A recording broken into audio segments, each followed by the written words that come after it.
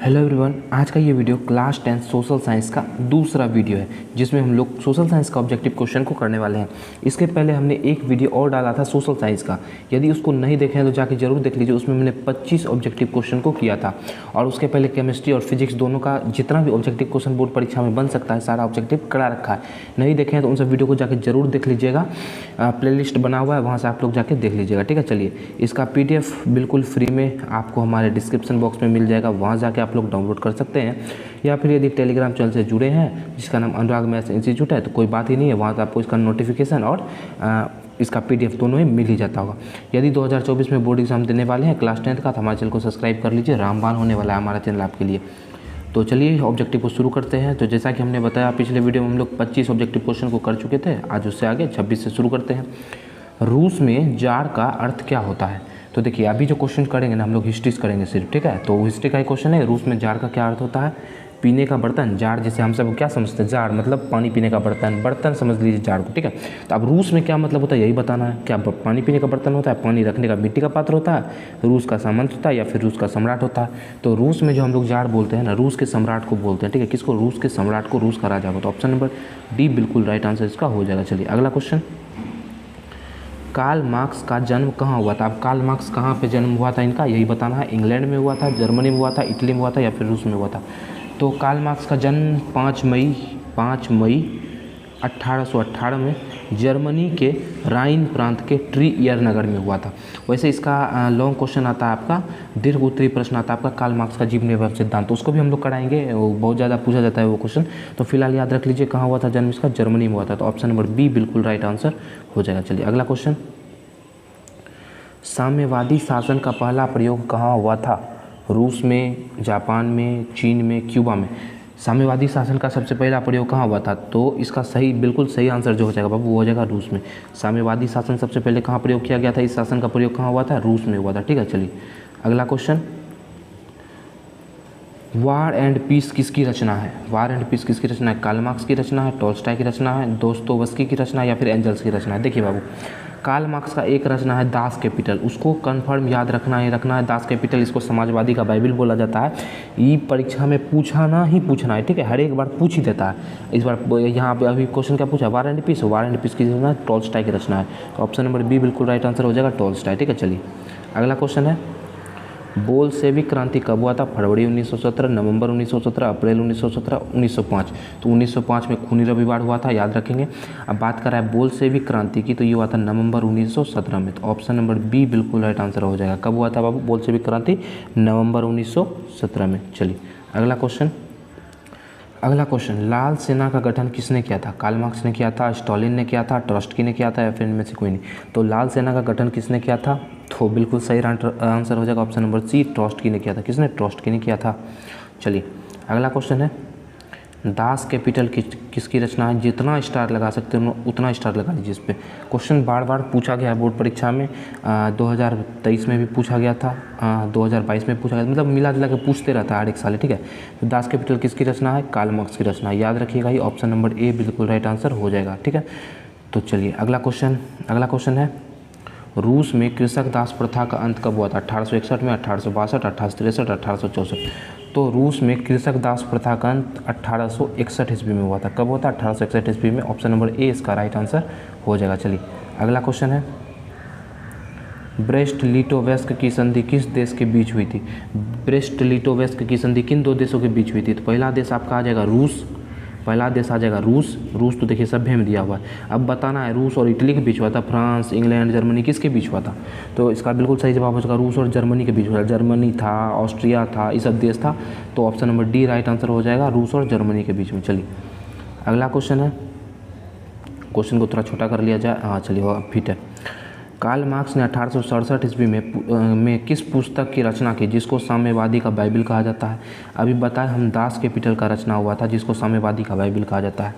तो कितना कोई तो बच्चा जो नहीं पढ़ के जाएगा वो तो यही मार देगा, साम्यवादी यहाँ मिला, साम्यवादी यहाँ मिला, इसी को मार दो भैया, इसी को मार दो, ऑप्शन नंबर ए। लेकिन ये बिल्कुल सरासर गलत है। दास कैपिटल को हम लोग साम्यवादी का बाइबिल बोलते हैं। तो ऑप्शन नंबर बी इसका बिल्कुल राइट आंसर हो जाएगा। चलिए अगला क्वेश्चन, लेनिन की मृत्यु कब हुई थी? 1921 में, 1922 में, 1923 में, 1924 में। तो लेनिन की मृत्यु 1924 ईस्वी में हुई थी। ऑप्शन नंबर इसका डी बिल्कुल राइट आंसर हो जाएगा। अगला क्वेश्चन है, लेनिन ने ब्रेस्ट लिटोवेस्क की संधि किस देश के साथ की थी? लेनिन किस देश के साथ में ब्रेस्ट लिटोवेस्क की संधि किया था? तो बता दें लेनिन कहाँ का था बाबू? लेनिन तो था रूस का। अब रूस और किसके बीच में हुआ था? जर्मनी में हुआ था। तो ऑप्शन नंबर सी इसका बिल्कुल राइट आंसर हो जाएगा। रूस और जर्मनी के बीच में हुआ था। तो अब बताइए लेनिन था रूस का, किसके साथ में किया होगा? जर्मनी के साथ में किया होगा। तो ऑप्शन नंबर सी इसका राइट आंसर हो जाएगा। चलिए अगला क्वेश्चन, कार्ल मार्क्स का जन्म कहाँ हुआ था? तो भैया ये क्वेश्चन शायद पिछले एक बार और पूछा था, 5 मई नहीं, कहाँ हुआ था पूछा था, पूछा कब हुआ? 5 मई 1818 ईस्वी में हुआ था। तो ऑप्शन नंबर इसका बी राइट आंसर हो जाएगा, 5 मई 1818 में। चलिए अगला क्वेश्चन है, अप्रैल थीसिस किसने तैयार किया था?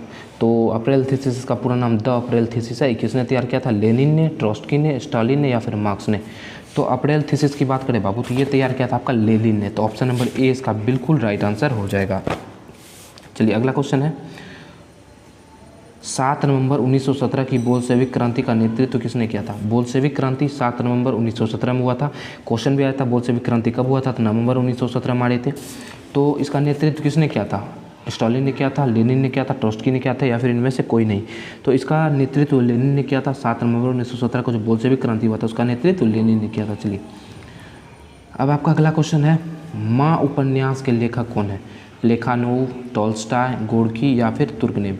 तो देखिए माँ उपन्यास के लेखक गोर्की है। क्या है? गोर्की। ऑप्शन नंबर सी इसका बिल्कुल राइट आंसर हो जाएगा। चलिए अगला क्वेश्चन, समाजवाद शब्द का प्रयोग पहली बार कब किया गया? 1789 में, 1827 में, 1830 में या फिर 1833 में? तो समाजवाद शब्द का सबसे पहला प्रयोग कब किया गया था? तो 1827 ईस्वी में किया था। ऑप्शन नंबर इसका बी बिल्कुल राइट आंसर हो जाएगा। चलिए अगला क्वेश्चन, लेनिन ने नई आर्थिक नीति किस वर्ष लागू की थी? 1907 में लागू किया था, 1924 में, 1905 में, 1921 में? तो 1905 में तो खूनी रविवार हुआ था। बस 1905 में खूनी रविवार आपको याद रखना है। इसके पीछे का कहानी भी बताएंगे, बहुत इंटरेस्टिंग कहानी है खूनी रविवार का।